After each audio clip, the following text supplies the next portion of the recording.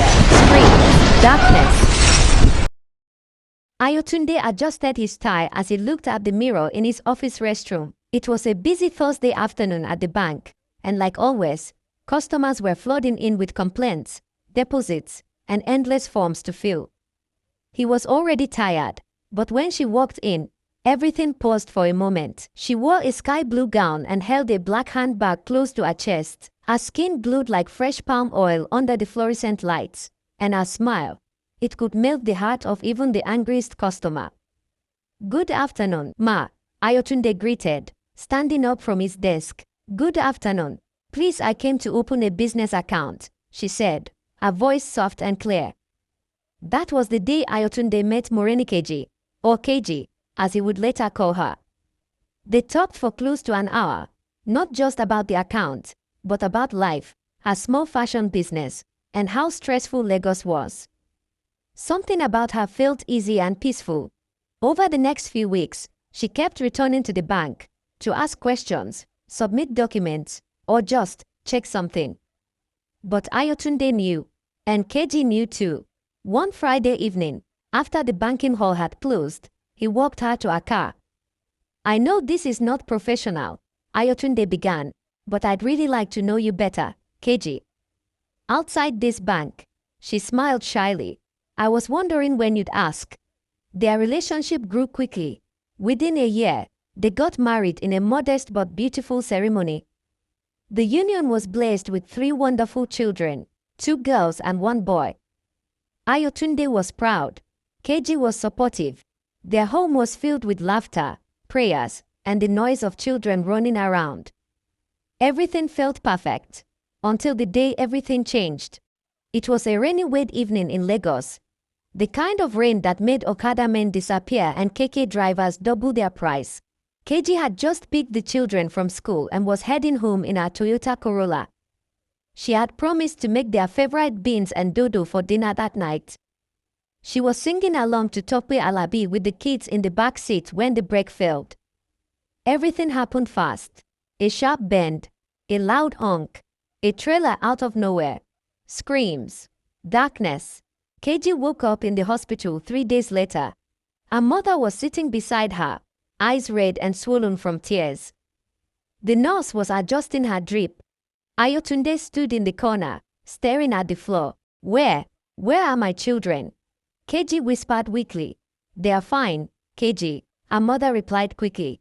"They only had small bruises. They're at home." "And me?" Keji asked, her voice shaking. The nurse looked at Ayotunde, urging him to speak. He stepped forward slowly, his voice heavy. "Keji, the accident, it affected your spinal cord. The doctor said you might not be able to walk again." For a moment, the room was silent. Then Keji shook her head slowly, tears rolling down her cheeks. "Jesu, no." "Ayotunde, oh my God." But Ayotunde didn't say anything. He just stood there, his eyes dry. Not a single tear. From that day, everything changed. At first, Ayotunde tried. He helped her bathe, fed her, stayed home more often. But it didn't last. Within a few months, his kindness turned to coldness. He began coming home late, stopped eating her food, slept in the guest room, always on his phone. One night, Keji wheeled herself to the kitchen to warm his soup. He walked in and hissed, "You again? Why are you rolling around like a baden? You think this is the life I prayed for?" She blinked hard, swallowing her tears. "I just wanted to serve you dinner," she said. "Dinner," he scoffed. "Don't poison me with your pity. Go and sleep, I beg." He turned and walked away, slamming the door. Keji stared at the tray in her lap. The soup had gone cold. Yetunde was everything Keji could no longer be. Young, slim, energetic, always laughing. She was one of the new hires at the bank. From the very first week, she noticed how Ayotunde isolated himself from the other male staff, but always lit up around her. At first, it was harmless flirting. "Your smile can cause customer confusion," he would joke. She would laugh and say, "Oga, you better face your computer before Madame catches you." But it didn't take long before those playful moments turned into lunch dates, and those lunch dates turned into weekends at her apartment in Surulere. Ayotunde told her everything, that his wife was now useless, that his marriage was dead, that he was only staying for the kids. Yetunde listened, nodded, and comforted him. But deep inside, she wanted more. She didn't just want to be the side chick. She wanted to be the wife. Keji knew. She saw it in his eyes whenever he walked through the door late at night smelling of expensive perfume and strange body lotion. She would ask, Ayo, are you seeing someone else? He would glare at her and say, do I look like I owe you answers? You can't even walk, Keji. Please focus on staying alive. Some nights, Keji would cry quietly into her pillow while her children slept beside her. She wasn't angry because he was cheating. She was angry because he no longer cared. The man she once prayed for now looked at her like she was a mistake. One Friday evening, Yetunde called Ayotunde over. She wore a silky red gown and served him his favorite, peppered chicken and fried plantain. I made something special for you, she smiled. Ah, Yeti baby, you're spoiling me, oh, he laughed. As they ate, Yetunde brought out a food flask. I made jollof for the kids too, she said sweetly. I know they've never tasted my food before. Ayotunde grinned. You're too good. At least my kids will enjoy real food for once, unlike the rubbish that useless woman cooks. Yetunde smiled and kissed him lightly on the cheek. I just want to make you happy, baby. He left that night with the food flask in one hand and love in his heart, completely blind to the evil in front of him. It was 9:42 p.m. when Ayotunde arrived home. The house was quiet. The generator hummed softly outside, and the only light came from the hallway bulb. He walked in with the food flask in one hand and a nylon bag of drinks in the other. He didn't even check the bedroom. He didn't greet his wife or ask how she was coping. Instead, he stood in the sitting room and muttered to himself, useless woman. All she does is sleep and complain. He walked to the children's room. Kids, wake up, he whispered, gently nudging them. Daddy brought something special. The three children, Dolapo, Damilola, and little Tommy, rubbed their eyes and sat up. Daddy, what is it? Tommy asked, yawning. Jollof rice, he said proudly. And drinks, courtesy of a good friend. They jumped up in excitement. Thank you, Daddy. You're the best. Yeah, food in the night. He dished the rice carefully into their plates and gave them cold drinks from the fridge. They sat in the living room giggling and eating, enjoying the unexpected midnight feast.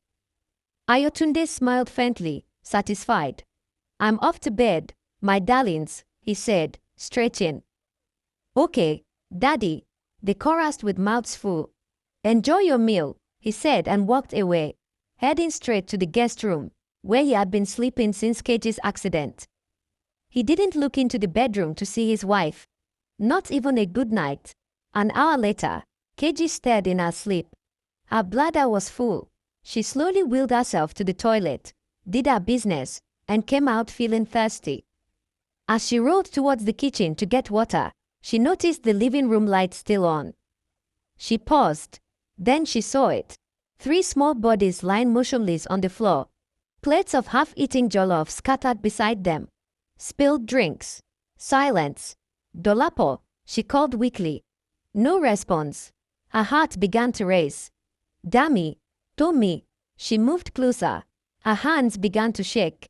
Her chest tightened. Then she screamed. A loud, broken scream that shook the entire house. Ayotunde jumped out of bed. What is it, you useless woman? He shouted, walking toward the noise. But the moment he saw the scene in the living room, his legs failed him. The children, the food, the stillness. He fell to his knees. No, no, no, no. What is this? He rushed to them, shaking their bodies, slapping their faces lightly. Wake up. Daddy's here. Dolapo, Dami, Tommy, wake up. Nothing. In panic, he grabbed Dolapo and ran to his car, then came back for the others.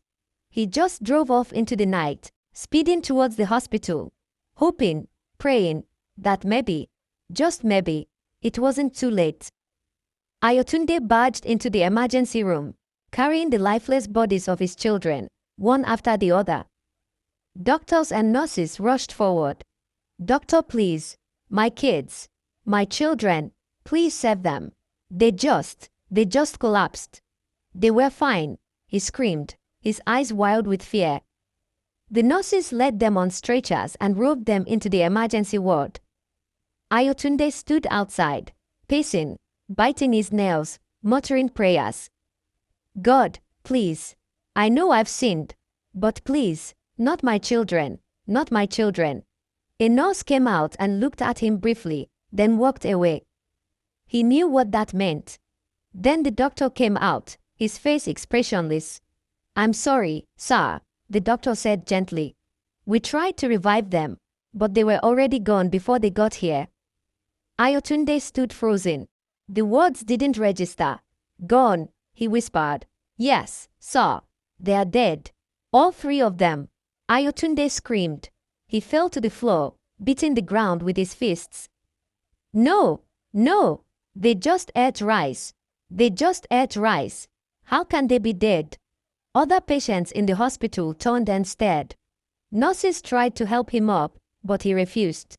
Then suddenly, his mind raced back to Yetunde, to the flask, to her sweet smile, to her soft voice saying, "I made jollof for the kids too."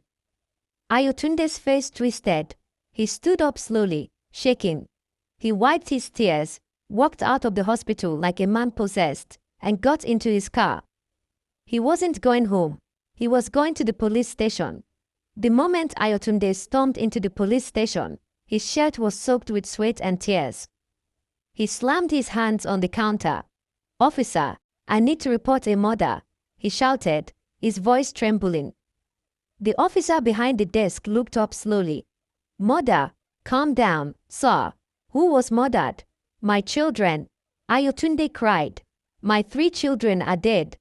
And I know who did it." He went on to explain every single detail. The affair, the food, the night he brought it home, the jollof rice. "She gave it to me for them. She planned it. She planned everything. She killed my children." The police didn't waste time.